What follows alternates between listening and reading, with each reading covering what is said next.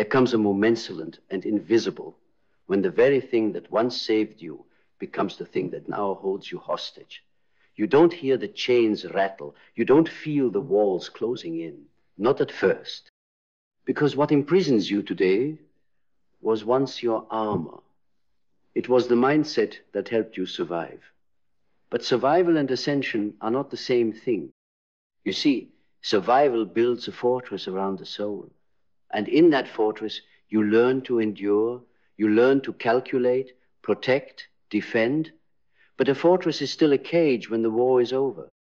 And for most people, the war ended years ago, but they're still dressing for battle, still speaking in the language of wounds, still seeing the world through the eyes of the abandoned, the betrayed, the overlooked. But here's the brutal truth. The mindset that made you can't take you higher. It was designed to get you through the night, not into the light. It was forged in pain, fear, scarcity, and it's obsolete the moment you decide to evolve.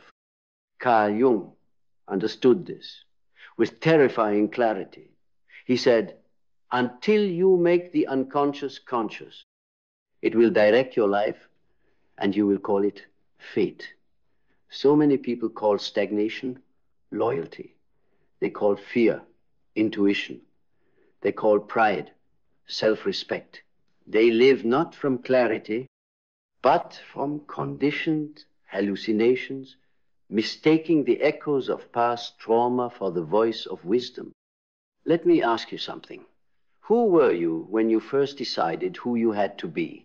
Who taught you that anger was strength, that silence was safety, that ambition was dangerous, or love had to be earned? That people will leave if you tell the truth? Because the part of you that made those decisions was a child. And you built your identity on the blueprint of a frightened child's logic. Now you're grown. And if you want to rise, truly rise, you have to confront the twisted architect in your psyche who built a palace out of pain. That's the confrontation. Not with the world, not with the people who hurt you, with the you who was built in their image. The you who was a response, not a creation. This is syphoria, psychological euphoria of dismantling the prison you forgot you lived in, of realizing that the voices in your head are not you, they are echoes, that your reflexes are not instinct, they are programming, that your rage is not power, it is ungrieved pain. And when you face that, you begin to break the curse. Mindset is not some trendy concept tossed around by influencers and gurus. Mindset is fate. It is the operating system of your soul. And most people never update it. They're running on mental software written by trauma, culture, fear, and family dysfunction. They're playing a game they never chose with rules. They never questioned. But what if you did question it? What if you truly asked, why do I believe what I believe? Who benefits from this belief? Who would I become if I let it go? You want power? Start there. Because the most dangerous man in the room is not the loudest. He's the one who rebuilt his belief system from scratch, who no longer needs the world to agree with him. Who knows that clarity is more sacred than validation? That inner peace is more valuable than reputation? Clarity, true, clarity is rare. Because it costs everything. You have to let go of who you were told to be. You have to admit that most of what you once fought for was an illusion. You have to stop negotiating with mediocrity. And most of all, you have to be willing to walk alone. That's the price of vision. That's the cost of purpose. And when vision arrives like lightning ripping through fog, it doesn't feel comforting. It feels like annihilation, because it kills who you thought you were. It incinerates your excuses, your projections, your blame. A man with vision is a dangerous man because he can no longer be manipulated. He doesn't react, he chooses, he doesn't chase, he magnetizes, he doesn't complain, he adapts. Discipline becomes his religion, not because he's trying to impress the world, but because he knows that every action is a declaration of identity. Every habit is a vote for who you become. And he no longer votes for weakness. Discipline is sacred, not rigid, not obsessive, sacred. It's the self-respect to do what your higher self commanded, even when your lower self protests. And once you move with discipline, action becomes inevitable. Not frantic action, not anxious movement, focused strategic execution. You're not reacting to life, you're orchestrating it. You become a conductor of momentum. Every decision is precise. Every word is intentional. Every move has gravity. And yet, even in action, you're grateful. Not because everything is perfect, but because gratitude is the only state powerful enough to keep you grounded while you rise.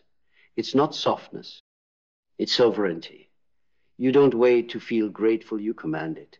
You find beauty in adversity, power in heartbreak, wisdom in defeat. Because when you're truly grateful, you cannot be broken. You become liquid, flexible, untouchable. You move like water, adaptive, resilient, evolving with every storm. And when life hits hard, and it will, you don't collapse. You transmute. Pain becomes fuel. Failure becomes refinement. Rejection becomes redirection. You develop what Jung called individuation, becoming whole and not perfect, but whole. You no longer chase perfection. You integrate your shadow. You accept your darkness. And in doing so, you unlock a light the world cannot comprehend. This is not motivation. This is metamorphosis. This is the rebirth of a mind that refuses to be ruled by its past. This is the warpath of a soul reclaiming its throne. The mindset that made you was enough to survive. But now, you're not here to survive. You're here to rise, to reign, to redefine, to resurrect the parts of you buried beneath politeness, fear, shame, and generational lies. You're here to break every false ceiling they built above you. Because the mindset that made you can't take you higher. But the mindset you now choose, and it begins now, in this breath, not in some distant fantasy or self-help promise. Now, as you sit in the ruins of who you thought you had to be, there is only one commandment that remains unshakable. Become unrecognizable to the version of you that settled. Because the old self, the reactive, anxious, approval-seeking version, is already decaying in the presence of awareness. You've seen through the illusion now. You've tasted the divine ache of potential. You've felt the war drums of your higher self begin to beat beneath your skin. And you know you cannot go back. That's the secret they don't want you to understand. Once you begin to evolve, once you confront your inherited beliefs, your unspoken resentments, your masked insecurities, you become dangerous. Not to others, to the structure, to the lie, to every system, internal and external, that profits off your confusion. The most dangerous thing a man can do is think for himself, not emotionally react, not blindly rebel, but think with precision, clarity, and terrifying self-honesty. This is why you must rebuild your mental architecture like a ruthless sculptor, chipping away at every thought that no longer serves you. You will not rise with the mindset of a slave. You will not elevate carrying the neuroses of the wounded child. You will not ascend repeating the patterns that belong to men who died long before you were born. No, you will burn the script. You will silence the noise. You will learn to sit in stillness so long and so completely that your mind begins to reveal the deeper truths it's been hiding from you your whole life. The truth that comfort is a drug and most men are addicted. The truth that your triggers are not wholly only unhealed. The truth that you are not owed anything by life. Not fairness, not understanding, not even closure. But you owe life something. You owe it your clarity, you owe it your conviction. You owe it the absolute refusal to remain ordinary. Clarity. Not more information, not more opinions, just clarity. What do you want? Not what your culture wants, not what your parents want, not what your friends find acceptable. What does the deepest part of your soul ache for? Do you even know? Most don't. They know what they should want. The car, the girl, the lifestyle, the applause. But if you strip away the noise, what remains? That's where your power is. In the still, sacred knowing that has no audience. In the vision that requires no validation. In the purpose that feels like a quiet, relentless hunger in the chest. Purpose doesn't shout. It haunts. It returns night after night, whispering in a language older than words, asking, will you betray me again? You know what that betrayal feels like. The years you spent rationalizing your delay, the opportunities you watched evaporate while you hesitated, the relationships you ruined by showing up half alive. The mornings you woke up with a quiet ache and called it normal. That ache was your purpose, choking on your excuses. And the time has come to resurrect it. Not tomorrow, not next year, now. Because every second you spend compromising your higher vision is a second you are colluding with mediocrity. And mediocrity is not neutral, it's spiritual death in disguise. Discipline is your resurrection. You think you're tired? You're not tired, you're undisciplined. You think you're confused? You're not confused. You've just been avoiding clarity, because clarity demands action. Clarity reveals the path and the price. And deep down, most people fear paying it. But you're not most people. You wouldn't still be here listening if you were. You're the anomaly, the edge walker, the man or woman who still believes in inner revolutions, who doesn't just crave transformation, they demand it.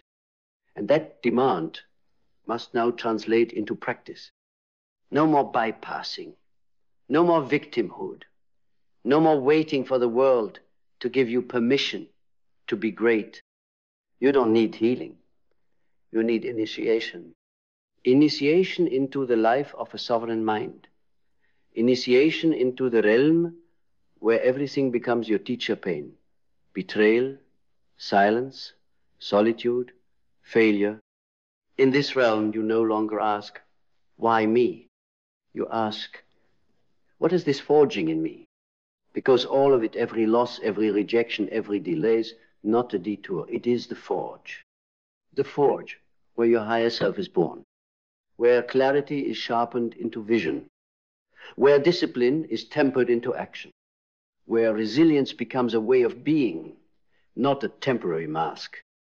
And from this furnace, you do not emerge the same. You do not return to old circles. You do not speak in old tones. You do not operate from old defaults. You terrify those who are still sleeping because you remind them of what they gave up on.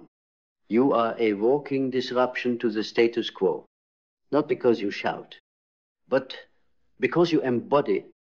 Your presence becomes proof that transformation is possible, that self-mastery is real, that silence can be power, that stillness can be violent. And in this embodiment, you learn the final truth. The mindset that made you was never yours to begin with. It was inherited. It was implanted. It was a survival script passed down through generations of people who didn't know any better. But you do. So now, it's your responsibility, not just to heal, but to become, to build a new architecture of thought, to forge a new lineage, to become the blueprint that others didn't have. Because when you do, the future changes. And not just yours, but everyone who ever watches you rise. Then let us continue. Because once you rise, truly rise, you will feel something that no amount of comfort, distraction, or superficial success could ever replicate: the weightless gravity of alignment. Not balancy alignment, a life where your thoughts, your words, Your actions and your spirit all march to the same war drum. That's when you stop needing motivation. You become it. That's when you stop chasing confidence. You become conviction. That's when you stop playing the game. You become the architect of the arena. And people will notice, not because you're louder, but because you're clearer.